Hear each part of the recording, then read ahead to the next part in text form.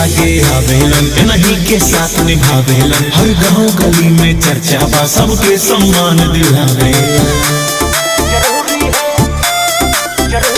सब मिलके आगे आवेलन, नहीं के साथ निभावेलन। हर गांव गली में चर्चा बा, सबके सम्मान दिलावेलन। झारखंड का बना मसीहा, हर ख्वाहिश अब पूरी है। गढ़वा के आवाज बने खातिर मिथिलेश जरूरी है। हाँ, गढ़वा के आवाज बने खातिर मिथिलेश जरूरी है।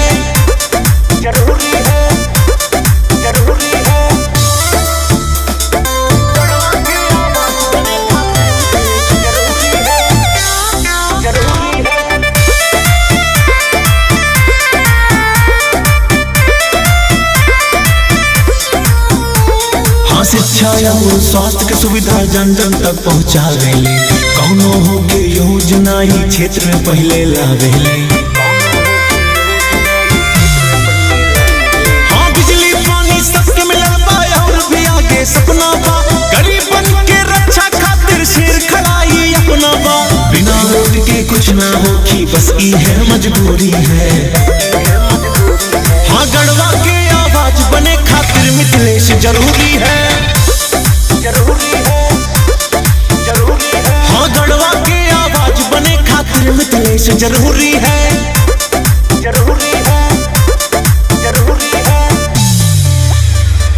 गढ़वा के आवाज बने खातिर मिथिलेश जरूरी है।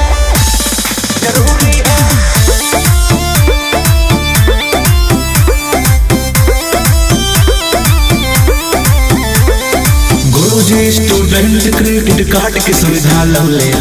महिला के सम्मान मिलल, मैया योजना दिलले। हाँ, 1500 रुपया के राशि जल्द ही बढ़े वाला बा। माई बहनी और चाची के बन के आयल रखवाला बा। सबके किस्मत चमकी अब की जे भी करत मजदूरी है। हाँ, गढ़वा के आवाज बने खातिर मिथिलेश जरूरी है। हाँ, गढ़वा के आवाज बने खातिर मिथिलेश जरूरी है।